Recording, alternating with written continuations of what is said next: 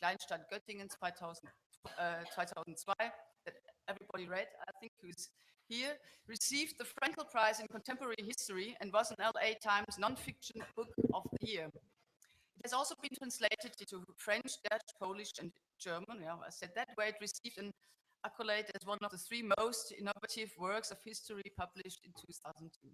He's presently working on a book on German conceptions of nation before, during, and after nationalism. His research has been funded by the NEH, the German Academic Exchange Service, the Volkswagen Foundation, and the Alexander von Humboldt Foundation. At Vanderbilt, he has served as director of the Robert Penn Warren Center for the Humanities and the Max Case Center for European and German Studies. His interests are the history of nation-building, nationalism, religious history, and the history of anti-Semitism. And he wanted to talk for 30 minutes now. I tried to negotiate to make it 25, so that we've got some time to discuss. So let's see, Helmut, it's your turn. Yes.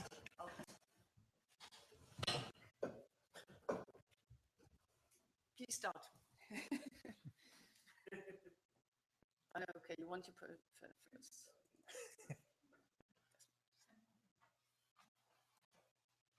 Okay. Thank you very much, Marek. I'm very honored to be invited here to the German Historical Institute in Paris, and to be able to give the concluding, some concluding remarks.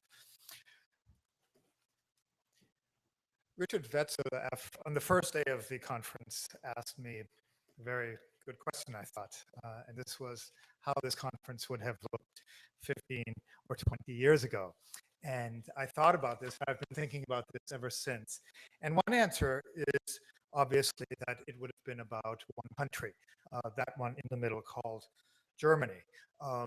And that would have been interesting, but it would have been limiting for lots of reasons. One, as Marika pointed out the first evening, the moral narratives around anti-Semitism made our sense for comparison and transfer somewhat blunted back then, certainly my own.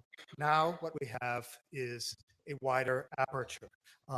We've had that for a while, and one of the reasons we've had it, actually a very important reason we've had it, is that somewhere around 2005, 2006, Werner Bergmann and Ulrich Wierba brought together a group of scholars to look at anti-Semitism in a wider European perspective at the Zentrum für Antisemitismus Forschung. And a lot of what we now know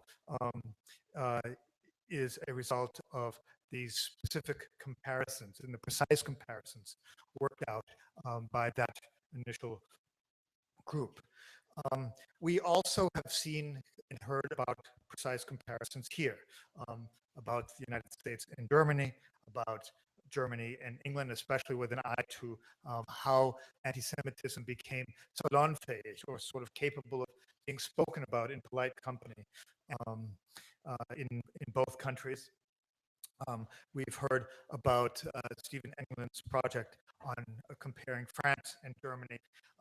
So the comparisons are becoming a more important part of our knowledge. I would still say we don't have enough of these, and in particular, we don't have enough comparisons that are systematic about politics, about associational life, access to professions, access to public clubs and civic clubs, access to positions in bureaucracy and the army.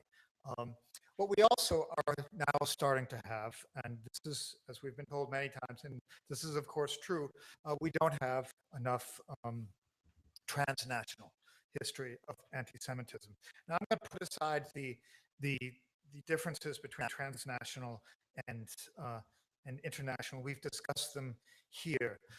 Instead, what I would like to do is to pick up this plea made by Damien Guillaume for what he calls a nouvelle géographie and de la question juive, one that is more sensitive to movement, to migration, to the circulation of texts, etc.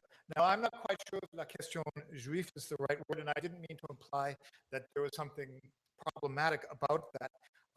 I'm just not sure that gets to the broad array of this phenomenon called anti-Semitism.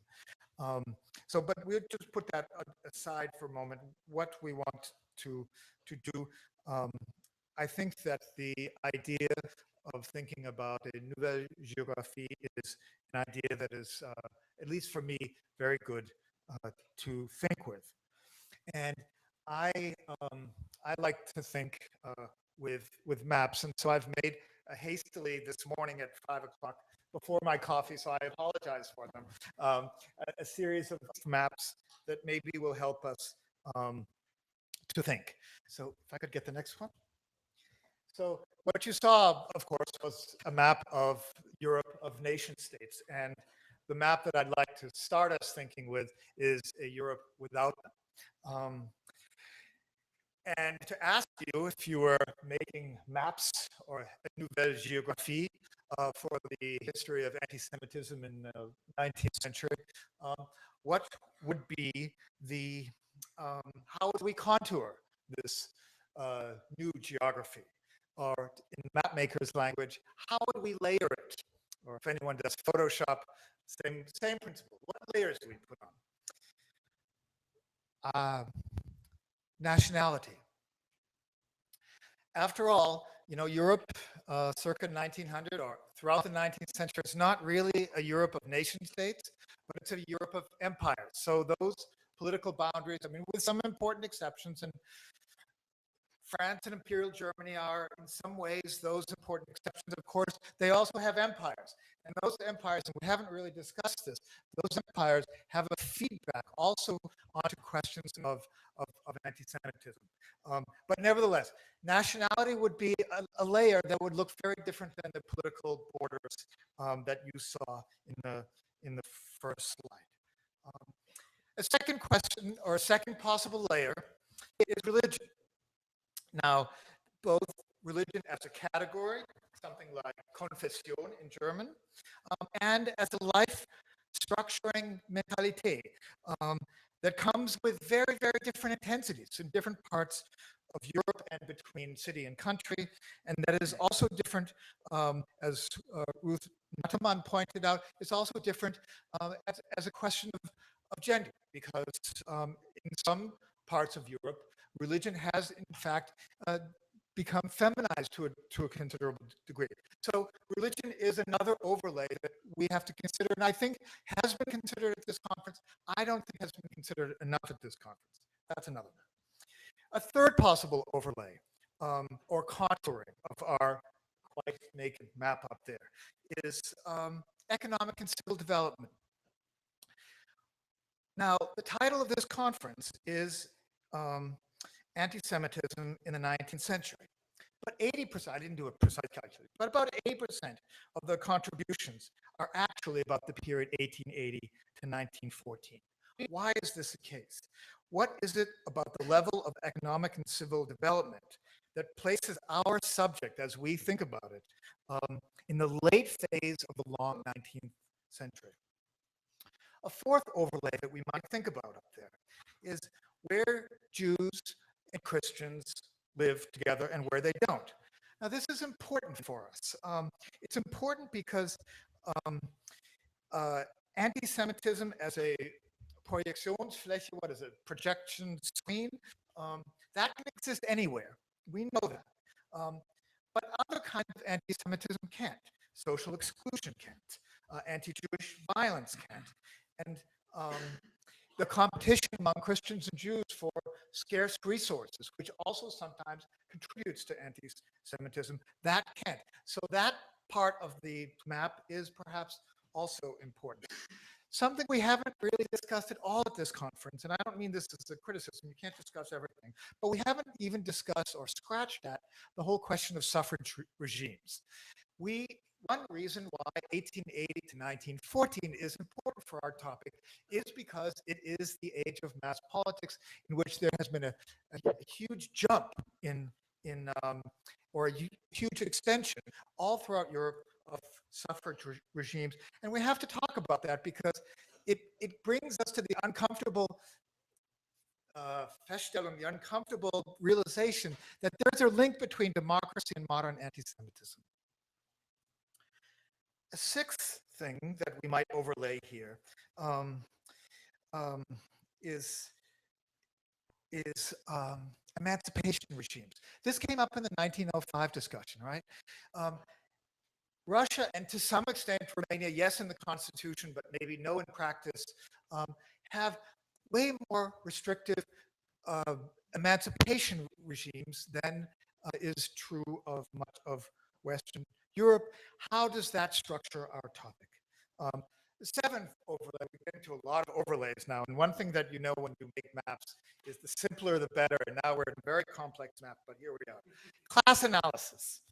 You know, Babel, it's unclear if Babel was the originator of this. You know, he said anti-Semitism is the socialism of the dumb guys, der dumme Kerl.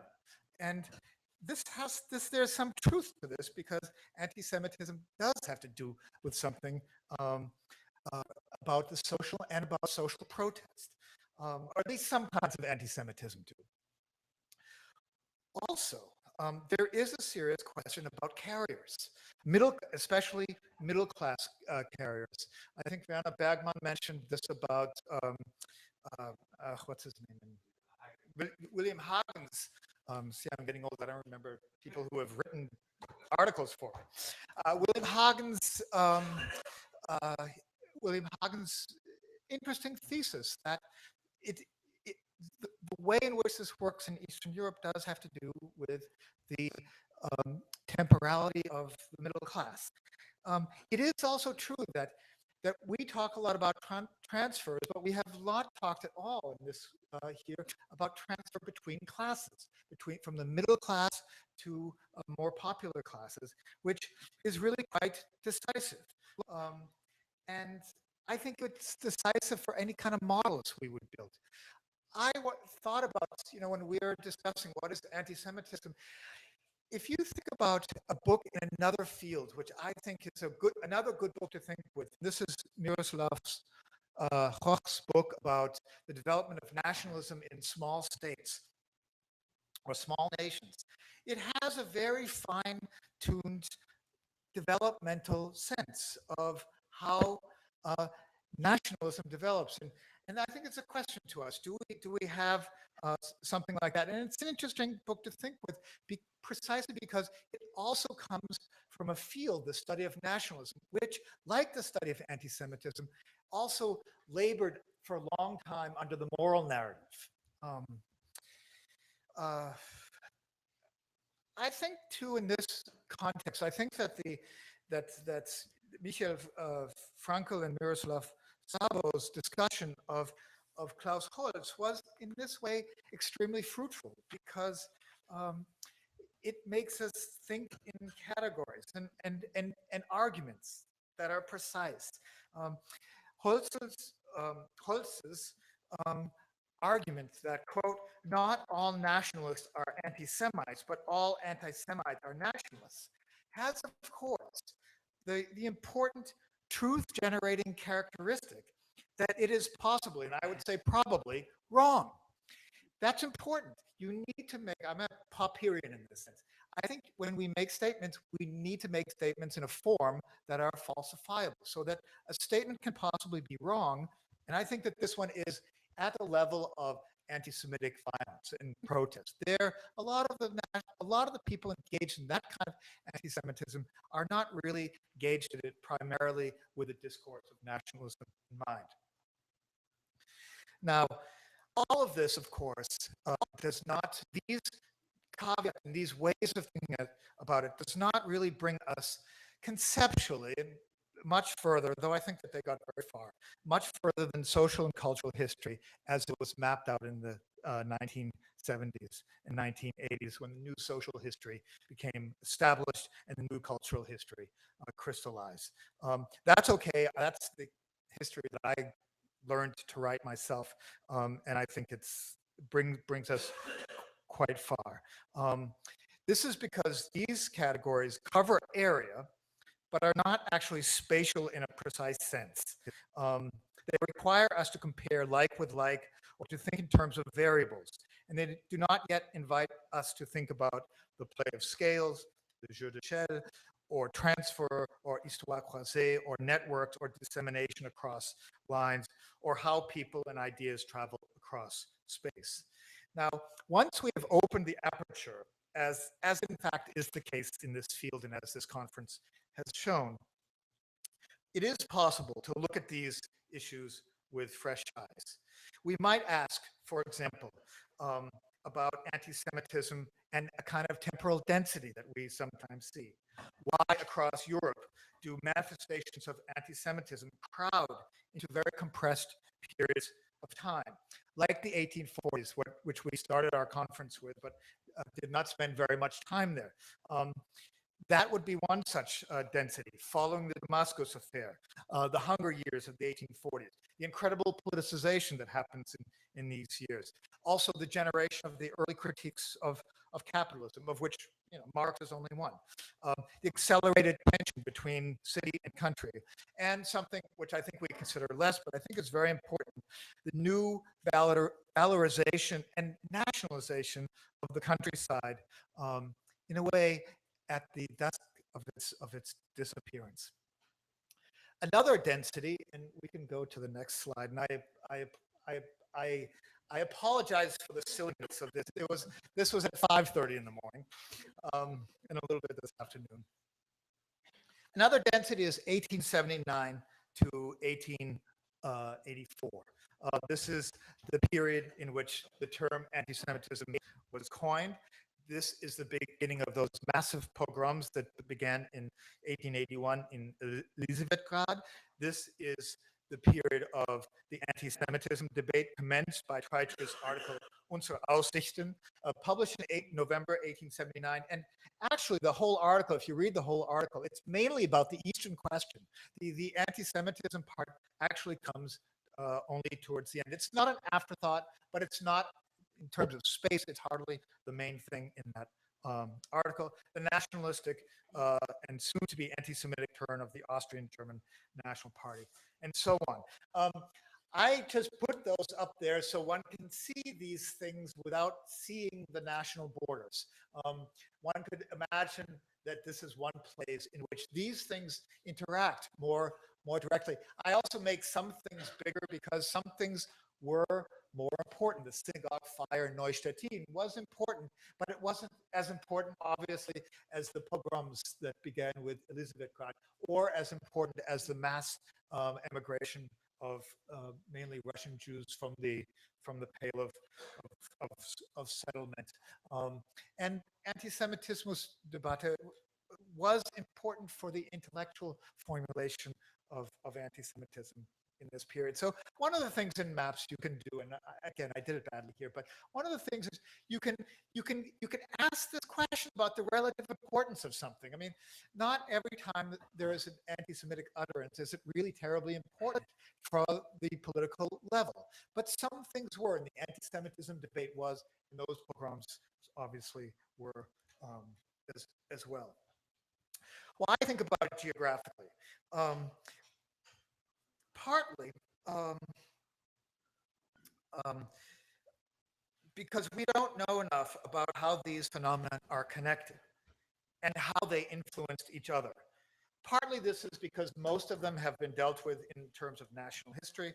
Partly, however, because we work too often with like things, intellectual history divided from social history, the history of culture separated from the history of physical violence. The map, however, shows a cluster that in its totality requires explanation and not separated into like and more comfortable parts. We look at a map like this and we want to know, why then? Why then is there such a cluster? How did it start? In what direction does the influence go, actually? And here's another question I think also important to ask. How did it die down, if it can be said to have died down? A comment about this. We do rightly pay close attention to how anti-Semitism came together and whether it existed in this or that place. But we pay much less attention. I think we should pay more attention. We pay much less attention to how anti-Semitism after these clusters also died down or calmed down.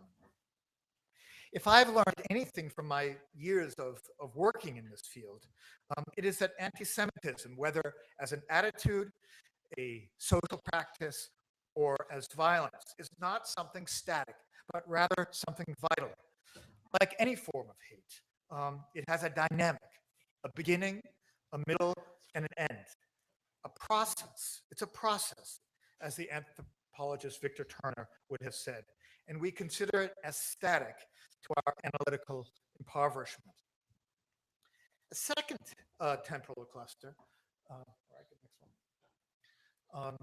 is from 1898 to 1903, from the breakthrough of Karl Lueger and the explosion of the anti-Semitic riots in France associated with the Dreyfus Affair, through the Galician anti-Semitic uprisings, and to Kishinev, where a local anti-Semitic riot, turning on a ritual murder accusation, turned murderous, and inaugurated a period of ever deadlier Russian pogroms, which after 1905 became nationalistic and deadly. Here too, the lines of influence remain unresearched across space, the way in which city-based carriers of anti-Semitism brought it to the countryside, insufficiently understood.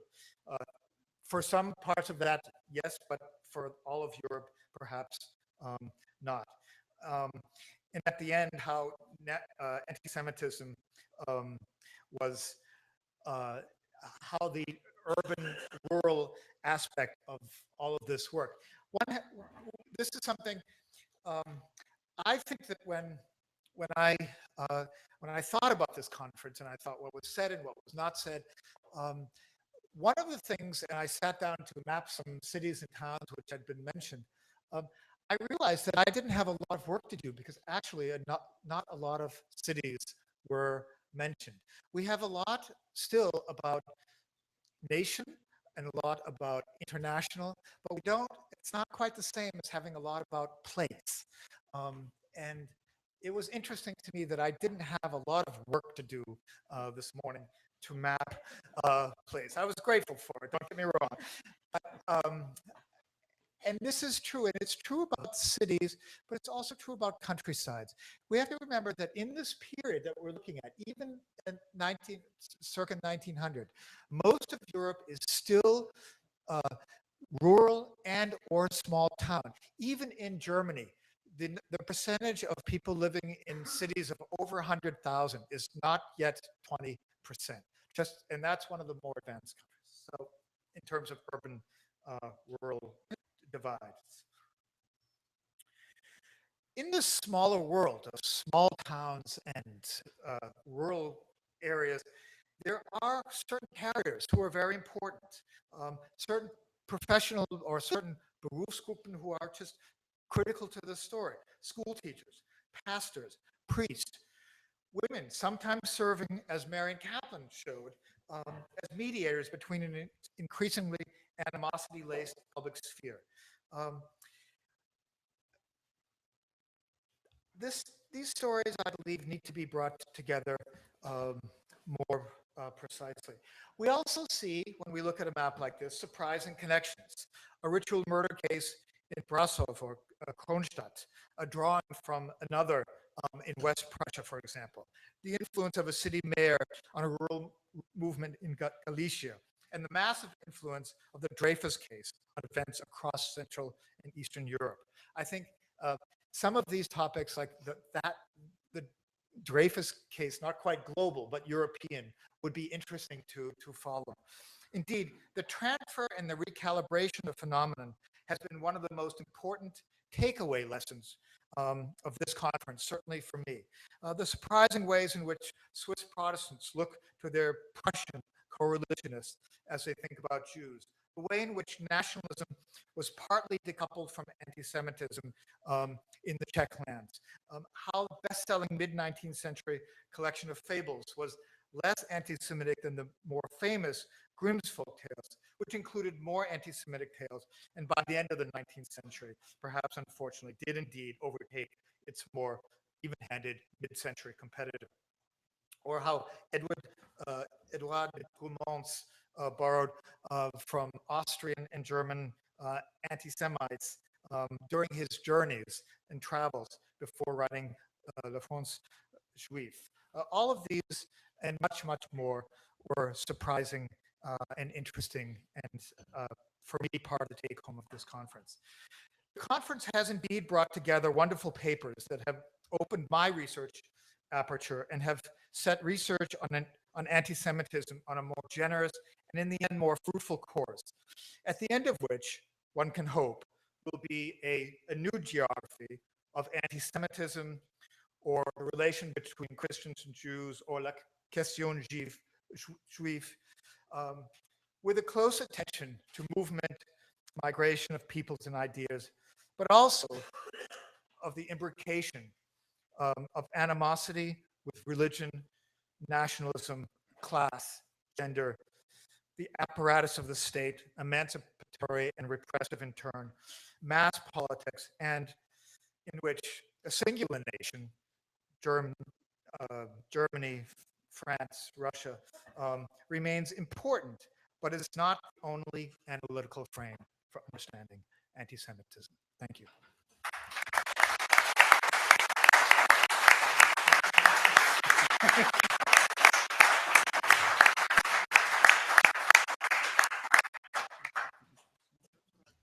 So I think before we leave, there's some time left for immediate response, comments, questions, final remarks.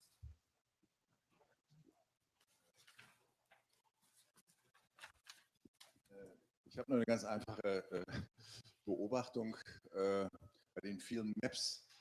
Hier sieht man Karl Lueger und die Frage ist, welche Rolle spielen eigentlich Personen?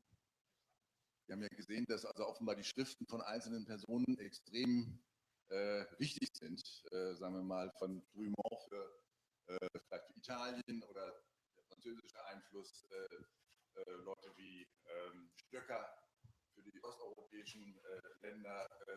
So, das wäre nochmal so eine Frage, wie weit sozusagen dann auch Personen und Schriften etwas sind. Also wir hatten das sehr stark auf sozusagen die materielle Ebene abgehoben, das finde ich auch sehr sympathisch. Aber ich denke, früher haben wir die Antisemitismusforschung stärker als Ideologiegeschichte geschrieben. Das schien mir jetzt ein bisschen zu stark rauszufallen bei diesen vielen Maps. Also ich glaube, das muss man natürlich schon sehen, dass also in Frankreich offenbar so jemand wie Drummond so ziemlich der Einzelkämpfer war, wenn ich jetzt Stephen England glauben darf.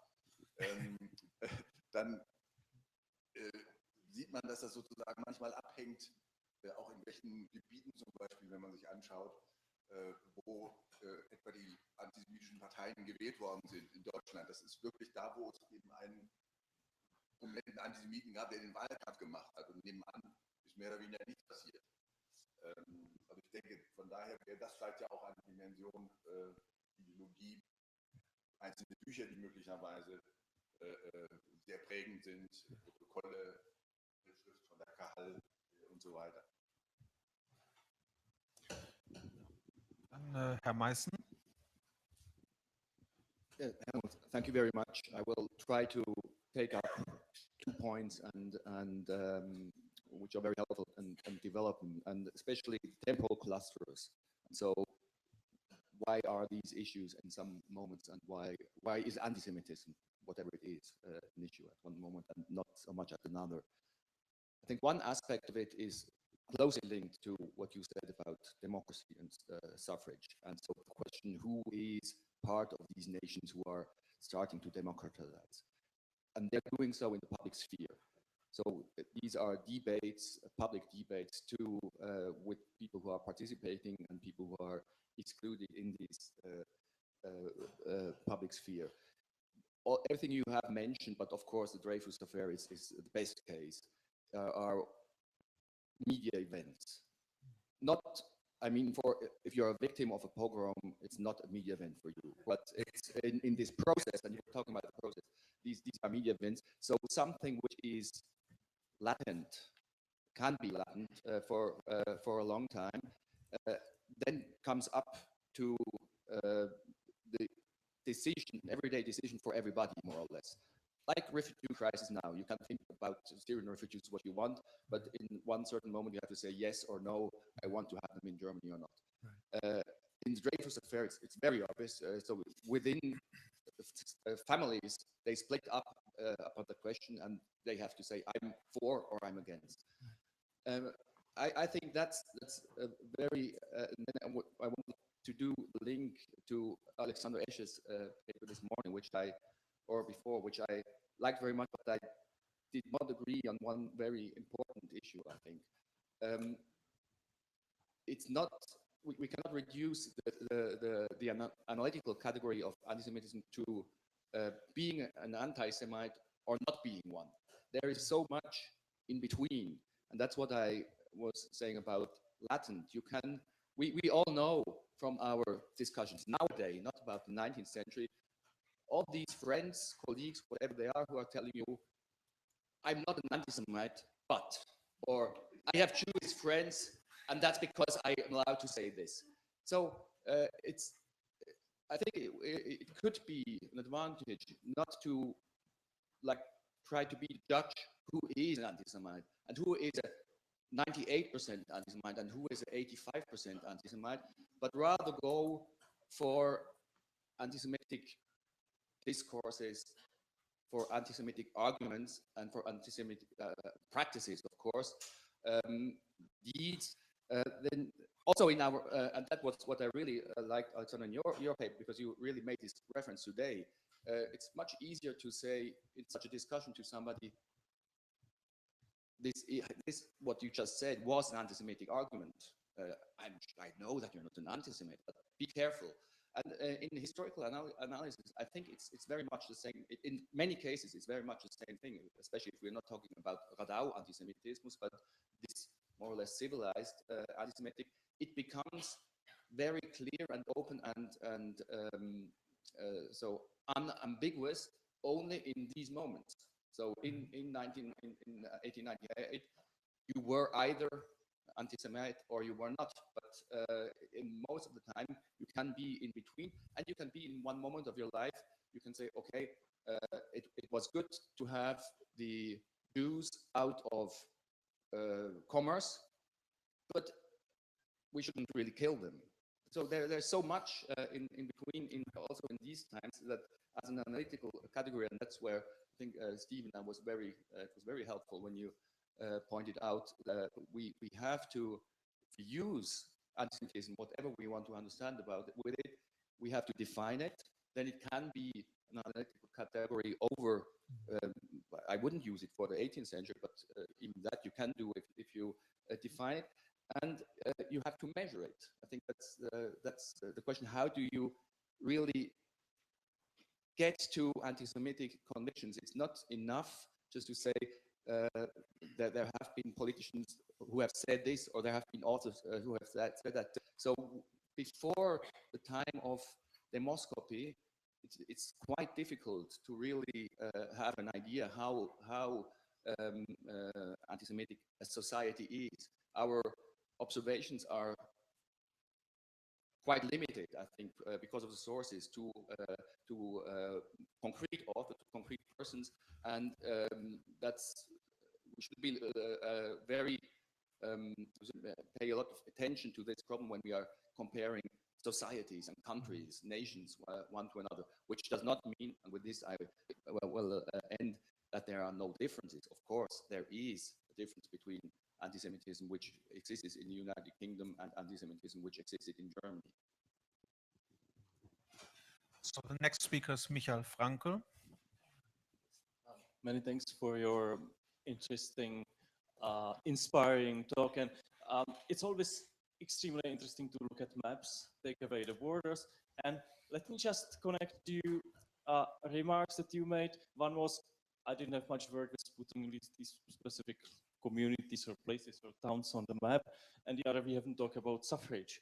And I think one of the things that it just reminded me of an idea I had a long time ago, and I've then halfway abandoned, and that is, at least in the Habsburg monarchy, I think there's a specific phase of communal anti-Semitism, where anti-Semitism develops on the communal level. And we tend to forget it because we follow ideologies and we see these ideologies in different places. Apparently, it cannot be isolated to one of these communities, but you can look at different places, large cities like Vienna, to very small towns in Moravia, where I think this is a very similar development.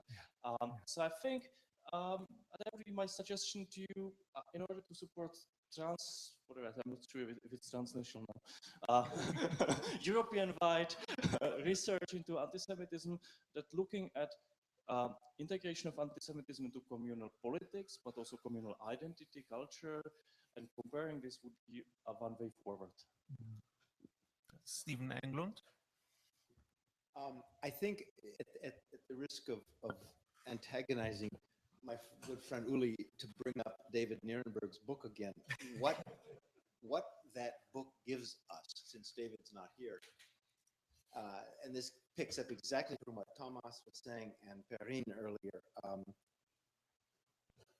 If we have a base that establishes there is in all Gentile civilization virtually an imaginary, a social imaginary about Jew that has nothing to do with anti-Semitism, it's just there it sits. It sits there for hundreds of years. That gives us a base on which to build our other histories of how this percolates upwards into anti-Semitic moments or riots. It allows you to see how people can, without having any views at all about Jews, still speak in a vocabulary of Jew. What Nierenberg shows is that many criticisms in politics, in society, and culture partake of an anti-Jewish vocabulary without the discussants even realizing it. It's simply part of the air they breathe. And if you see Nierenberg's anti-Judaism as a base, you can spend a lot less time having to explain the problematic nature, the constancy of the problematic nature of Jew in a Christian world, and instead make the kinds of distinctions that we as historians and social scientists in this room are making about the various explosions in the 19th century in various places, as Helmut has shown so visibly, make them interesting. But if we didn't have that floor to stand on, we wouldn't know why basically we're here at all. We wouldn't understand how this topic of has persisted and become so important. And Nierenberg shows that. Next one is Ulrich Wirwer. Also ich sage jetzt nichts über Nierenberg. Ich gucke auf die Karten und sehe, das erinnert mich an eine Grundfrage auch aus unserem Projekt. Wovon sprechen wir jetzt? Sprechen wir von Antisemitismus in Europa oder müssen wir von europäischen Antisemitismus sprechen? Diese Karte ist vielleicht ein wenig verführerisch, weil die zentrale Frage in dieser Hinsicht ist natürlich der große Unterschied oder ist der Unterschied zwischen Ost und West. Wenn wir diese geografische Karte zugrunde legen, ist das natürlich verführerisch, weil wir sehen nicht, wo die jüdische Bevölkerung Europas lebte. Wenn wir das in diese Karte integrieren, dann haben wir einen großen Block in Osteuropa und wenige Punkte in Westeuropa. Das heißt, ein fundamentaler Unterschied für die jüdische Geschichte. Und wir wissen bisher noch nicht genau, was hat dieser fundamentale Unterschied für die Geschichte des Antisemitismus zu bedeuten. Deshalb ist unsere Leitfrage immer die, sprechen wir von einem europäischen Antisemitismus oder von Antisemitismen in Europa?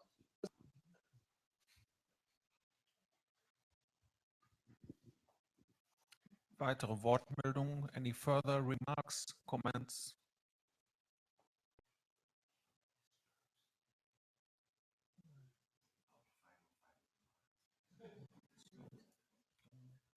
And I think No, we can answer. Do you want to answer this question?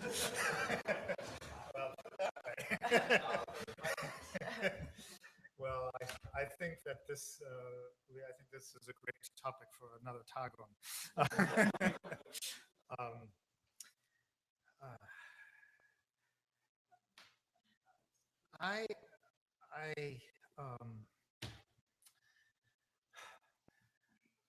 I do think you would see, I mean, obviously when you map, when we put it on that layer called, Jewish, like concentrations of Jewish settlement, you will see some things which will map onto each other. But France would not really show you that case because in France, the largest, excuse me? Yeah, and also where these riots are taking place are not necessarily um, where Jews live. So it's not such a clear case. Um, in in So there are two small, like, political anti-Semitism, and I put two there because one is obviously for Hessen and northern Baden, and that's a place where there are a lot of Jews living in. But the other place is, of course, Saxony, and it's industrial Saxony, where that's not the case. So I think that question of the correspondence is one that's really complicated. It's really complicated to answer, and so I think that.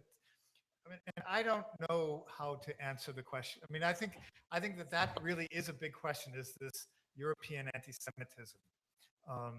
And I think that's the kind of question that this transnational history can begin to answer, because I mean, if you were to turn that into an empirical question and not a kind of Schlagwort question, then you would have to be able to show those connections between the events. And I think that that's one of the reasons why this kind of research is worth a candle. Yeah, actually, when you said you were wondering how that conference would have looked like 15 years ago, I now got stuck on the idea what that conference would look like in 15 years. So hopefully we'll have case studies, as you say, about that transnational aspect, about how ideas really traveled. There were a lot of questions we couldn't answer. For example, how Dumont came up with this idea. We said, well, actually, there are no footnotes. We don't know. So hopefully within 15 years, we follow particular ideas, follow particular persons, we will then be able to answer these questions. So we then see you all again in 15 years. But I'd like to thank everybody, and I have a list because I'm very afraid to forget somebody. And so, yeah, thank you to all the panelists and to all the commentators, especially to Helmut, to all the chairs for the papers you presented, for everybody who took part in the discussion. I think for me, it was a great conference. Not only I learned a lot, I also met some stimulating people, and who become friends, and I think that's a lot you can ask from a conference. So thank you very much for all that. And a very special thank you goes to our translators up there.